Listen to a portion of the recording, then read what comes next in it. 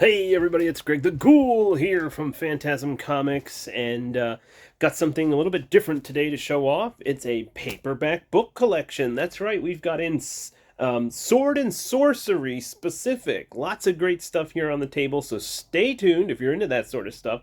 We've got some fantastic covers to show off and some really good reads. Stay tuned. Well, I just wanted to start off with saying I'm a huge paperback book and novel collector. So I love Sword and Sorcery. I love horror books, books on the occult. A lot of people ask, like, what do you collect, Greg? What are your comic books that you have up on the wall? I have books on display, tons and tons of books. I've read about 1% of them. The rest of that is is just waiting to be read. So I'm sure, as other book collectors know, that is the struggle. But I do love a lot of the artwork that is on the covers as well. We have Frazetta, Ken Kelly, Boris Vallejo, Steranko, all on these covers that are coming up. So stay tuned. A lot of great stuff. But just want to say, personally, this is my original love. I love Sword and Sorcery specifically. So can't wait to show this sort of stuff off. And I'm really happy to have this collection in the shop and on the shelves. As soon as possible. I have to price them up still, but we're getting it out there. All right, stay tuned. A lot of great stuff. All right, so diving right into this stack, I mean, we have tons of great stuff here on the table. And I'm happy this is one of the first ones because this is like introductory sort of sword and sorcery. And there's a few books in here that I would recommend if you want to get into sword and sorcery and find a great mix of stuff. That would definitely be one of them. Barry Malzberg might be staying in my personal collection. Not too sure. Love this Doctor Who Target book. Target the publisher, not the store. Great artwork, real nice condition too. Lots of Conan coming, lots of great Frazetta artwork featured on there. Same with Thongor. There's a few names that I'll never pass up if I can find them at a bookstore for a good price. Lynn Carter, John Jakes, all these names. Brack, love it. I cannot pass these up. So, L. Sprague de Camp, I will always check out. Love this cover for Conan the Adventurer. Conan heavy, like I said. This one looked wild. I didn't know if that was a boob in the center of his chest and the artwork was altered, or if that's some sort of medallion that he's wearing.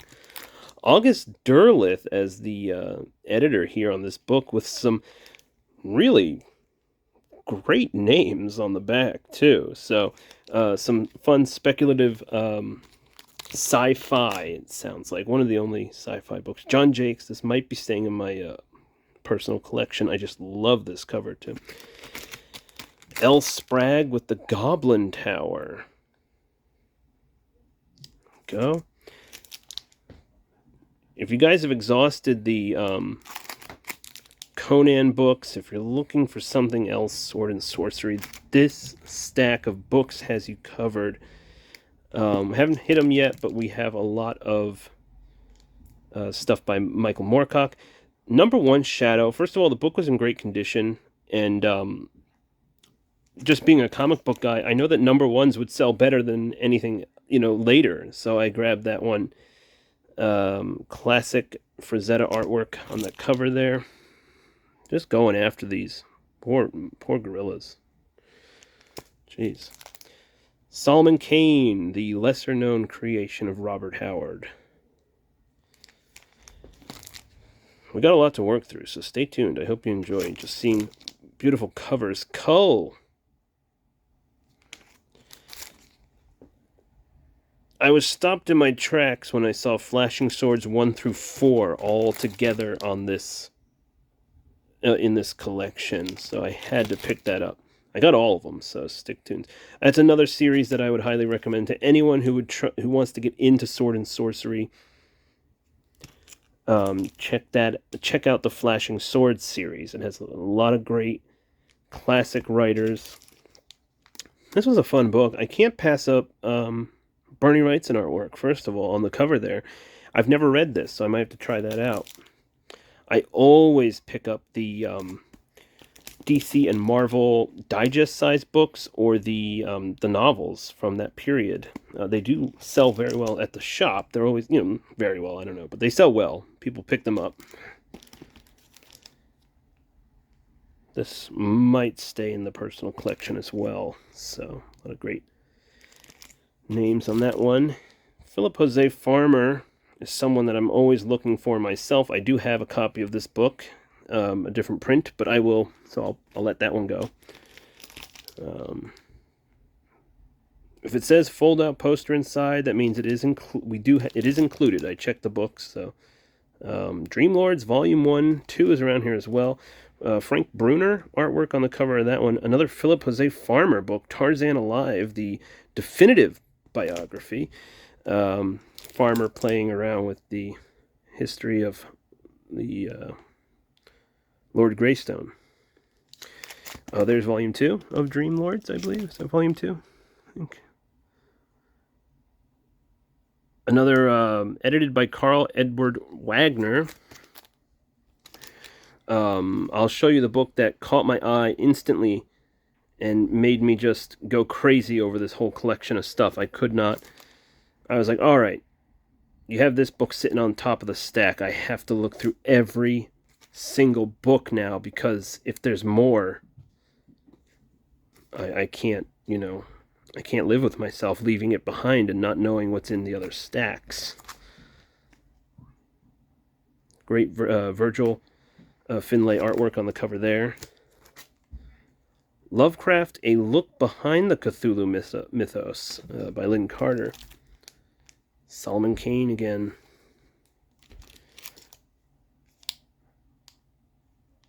I haven't heard of this. Talbot Mundi. Have to look into that. It looks interesting. Power of the Serpent. Love this cover. Peter Valentine Timlet. Again, haven't heard of it. A lot of these I hadn't known about. I haven't heard about. Here's a Ballantine. Great short novels of adult fantasy. Edited by Lynn Carter, of course. I had a near mint collection. Entire, complete of the Ballantine fantasy books. They were unread, and we sold through most of those a long time ago. Ursula K. Le Guin is another name that I will never leave sitting at the bookstore, at a cheap paperback table if it's in good condition, of course. I'll always bring that back. The Informal History of the Pulp Magazine. Interesting. I might have to read this before it goes out for sale, but here's another one of those Ballantine fantasy books, The Dream Quest of Unknown Kadath. H.P. Lovecraft does not last. So anything Lovecraft, it won't be here for long. The Mighty Barbarians, this is another one of those, like, if you want to get into sword and sorcery, buy this book, see if you like it, and you'll be hooked. So it's an easy recommendation. There's more of that beautiful Bernie Wrightson artwork. Let's get a close-up of that. Wow. Love Bernie Wrightson, one of my favorites. Here's a double. Love Bernie Wrightson, so... Blade number 1, again, I found the first one, so I went with this, but there was a bunch of this series. I never heard of it. The Well at the World's End. This one's got some condition issues on the cover, but overall, pretty nice copy. Lynn Carter presents the Year's Best Fantasy Stories, Volume 2, so we already saw Volume 1 here, and I think Volume 3 is around somewhere. The Erotic Adventurers. Oh my, I couldn't leave this book behind. It sounds ridiculous, outrageous, provocative. Michael Moorcock, Volume 1 in the Chronicles of Castle Brass, which I believe I started listening to that book. Hey, here's Volume 3. I started listening to that one. Great. Oh no, I started listening to The Eternal Champion. That's what it was. I did enjoy this book. Conan the Buccaneer. So, like I said, it's Conan heavy. Michael Moorcock. This has a few of the books in it. I think 3 right there. The Bull and the Spear, Oak and the Ram, Sword and the Stallion. So, great. Conan the Black Canaan? Canaan? How do you say that? With the poster. This is an interesting edition of Flash Gordon and the Sand World of Mungo.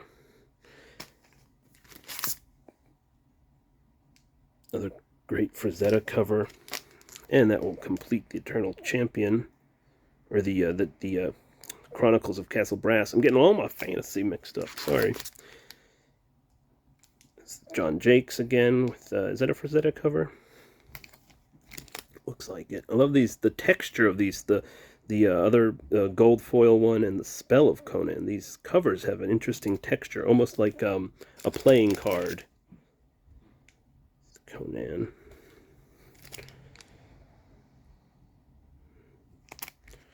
Gotta stack these somewhere. Runestaff. Again, this is another name that I will not leave behind if I find them on the table. Volume 1, Satan's Death Blast. Love that title. And there's tons of them, so if you guys are interested in those, I can probably go get the other Spider, Doc Savage, that sort of stuff. If you want to see that here at the shop, let me know in person, message me, leave a comment. What's exciting you here? You know, do you see anything that you need? Volume 3 of the Dream Lords. There we go. Frank Bruner artwork. Another Philip Jose Farmer. This is an Ace single. Tower at the Edge of Time. Lynn Carter.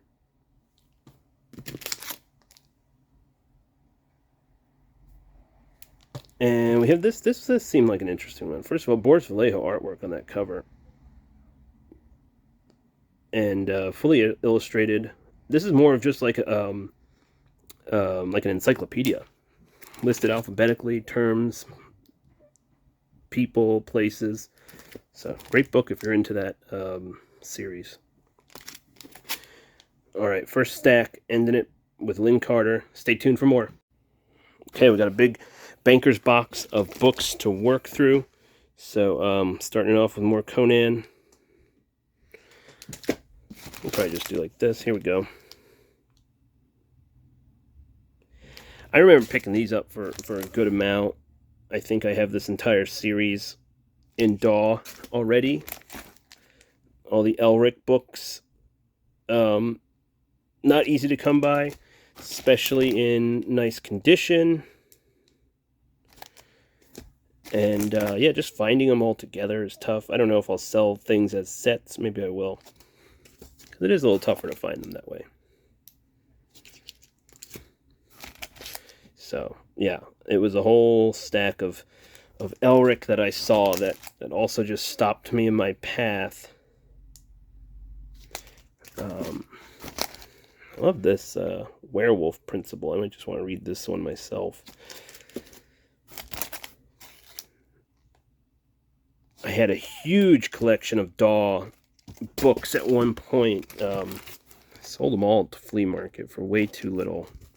But that was when I was younger and didn't know what I had. I had bought an amazing collection.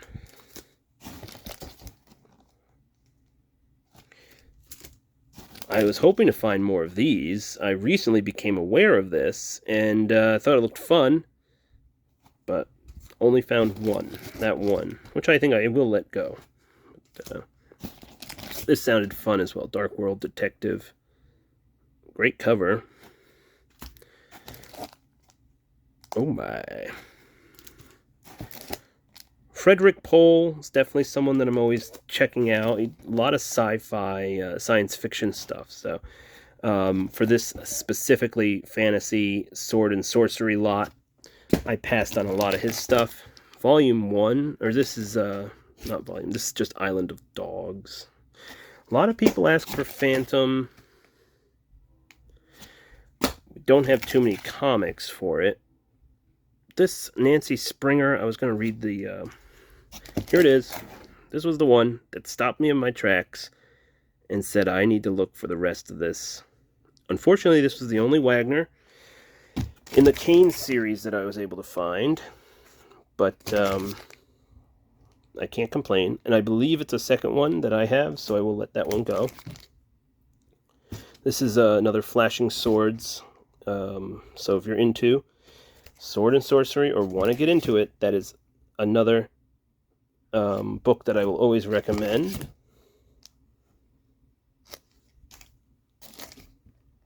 The Demon Breed.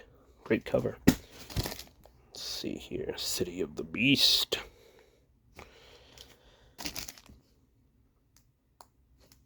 Okay. A lot of stuff that I had not heard about before, so I grabbed those. Red Nails, classic. Conan. Night Feeder. Yeah. So we're getting there. Thanks for sticking with me, guys. What is your favorite paperback? Tell me in the comments for Sword and Sorcery. Are you into that? Is this your favorite genre? What's your favorite vintage paperback genre or whatever? Do you collect paperbacks? Or no? Do you collect books? Is it just comics? Is this just a comic channel? I know it's not, because I post a lot about movies, so there's a lot of movie fans.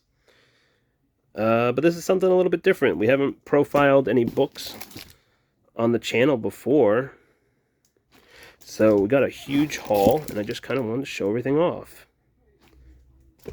Here we go, the full Talbot Mundi. So maybe I can read that now. Flashing Swords, there it is, number 1. A Frazetta cover. Another classic Frazetta cover. These Nancy Springer. Is this a good one? Anybody read this? I think I found most of them, so I might... This just looked like fun.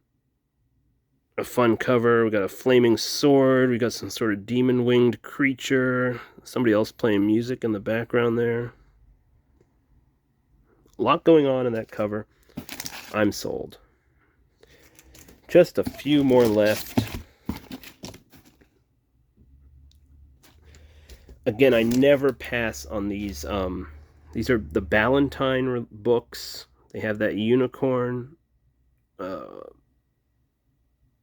right there. Ballantine books have some value, especially in nice condition. So if you see those like on a $4, $5, $6 table, it's definitely going to be worth it. I would say pick them up if you're interested in collecting books. This was there. I couldn't believe it. Decent condition. Tough book to find. And we'll call it with Charles Beaumont. A lot of people are always asking for him, so here it is. All right, everybody. Well, that was a huge stack that we worked through at lightning speed. You know, if you see something you like, pause it, send me a screenshot. I can tell you the price. Pricing them all up tomorrow, but I want to get this all organized for you. Again, my love is here. The paperback books. Don't tell my wife. But they're all here.